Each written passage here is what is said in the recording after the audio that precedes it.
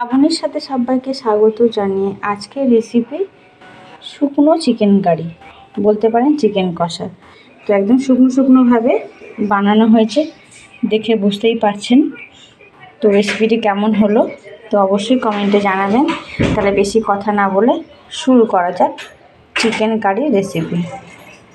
এখানে 700 মতো চিকেন আছে,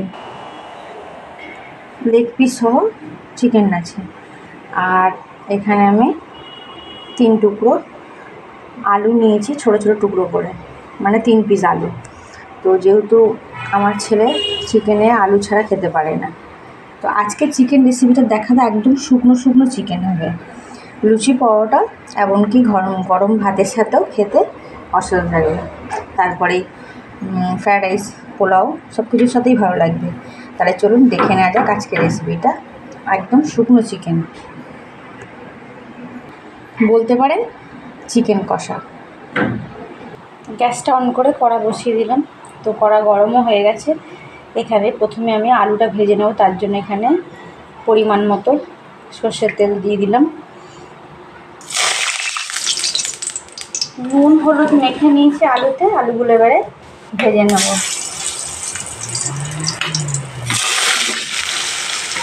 বাকি যে জল ছিল তেলের উপর পড়েছে। তো আলুটা একটু কড়া করে ভেজে নেব। খুব মেঘ করেছে, একদম অন্ধকার করে এসছে। তো আলুটাও আমার ভাজা হয়ে গেছে, এবার আমি তুলে নেব। এবার একটা কাজ কি, মাংসগুলোকে আমি হালকাভাবে একটু ভেজে নেব। ভেজে নিয়ে করলে কেন মাংসের টেস্ট অসাধারণ হয়। একবার হলেও বাড়িতে এইভাবে তৈরি করে খাবেন।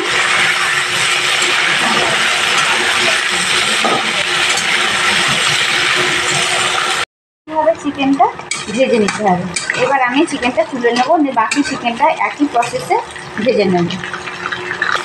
এই একইভাবে ভেজে নেব।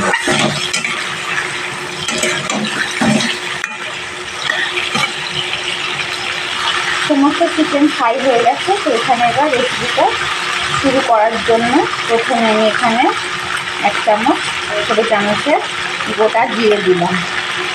একটু 1 সেকেন্ড ভাজার পর এখানে আমি তেজপাতা অ্যাড করবো। ছোটো ছোটো 3টে তেজপাতা দিয়ে দিলাম।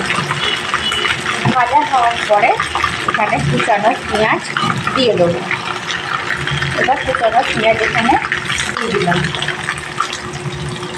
একটু ব্রাউন কালার করে ভেজে নেব।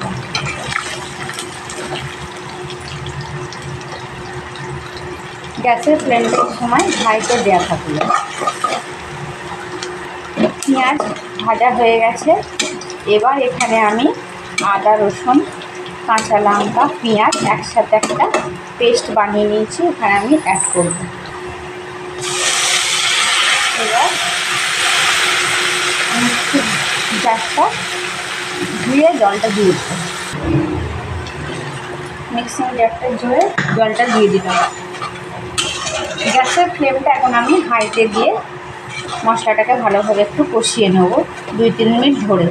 তারপর ঘরে থাকা যে মশলাগুলো আছে সেগুলো আমি এখানে দিয়ে দেবো। এবার এখানে আমি মশলাগুলো অ্যাড করব। এখানে ছোটো চামচের 2 চামচ হলুদ, কাশ্মীরি লঙ্কার গুঁড়ো 1 চামচের বেশি করে দিলাম কালারের জন্য।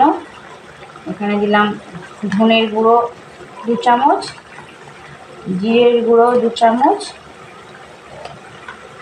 পরিমাণ মতো লবণ দেব। তো এখানে 1.5 চামচ লবণ দিলাম। আর ঝালের জন্য ঝালের লঙ্কার গুঁড়ো একটু দিয়ে দিলাম অল্প করে, মানে 1/2 চামচ দিলাম। দিয়ে প্রত্যেকটা মশলা দিয়ে ভালোভাবে এখানে আমাকে কষিয়ে নিতে হবে, যাতে কাঁচা গন্ধ না বেরোয় আদা রসুনের। এইভাবে এই প্রসেসে আশা করি এই পর্যন্ত আপনাদের বুঝতে কোনো অসুবিধা হয়নি। এইভাবেই ফলো করুন আর সাথে থাকুন। যারা নতুন রান্না শিখছেন তাদের আশা করি অনেকটাই উপকারে আসবে। গ্যাসের ফ্লেমটা এই সময় একটু মিডিয়ামে দিয়ে মশলাটা কষিয়ে নিতে হবে। তো বুঝতেই পারছেন মশলা কষানো প্রায় কমপ্লিটের দিকে। এবার এখানে আমি চিকেনগুলো দিয়ে আরও 5 মিনিট ভাবে কষিয়ে নেব। এখানে চিকেনটা দিয়ে দিয়েছি, ভালোভাবে এবার চিকেনের সাথে কষিয়ে নিতে হবে মশলাটা। আলুটা পরে দেব।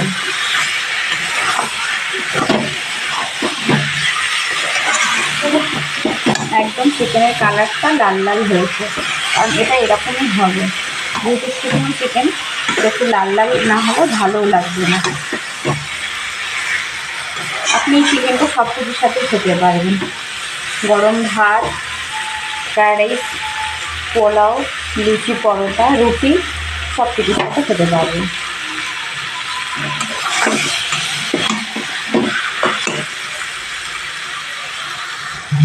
এখানে অল্প অল্প পরিমাণ জল দেব আর মাংসটা কষিয়ে নেব।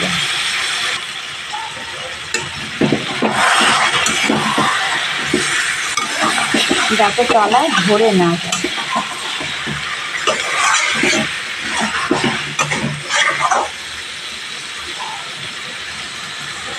আবার একটু জল দিয়ে আবার কষিয়ে নেব। এইভাবেই কষাতে হবে।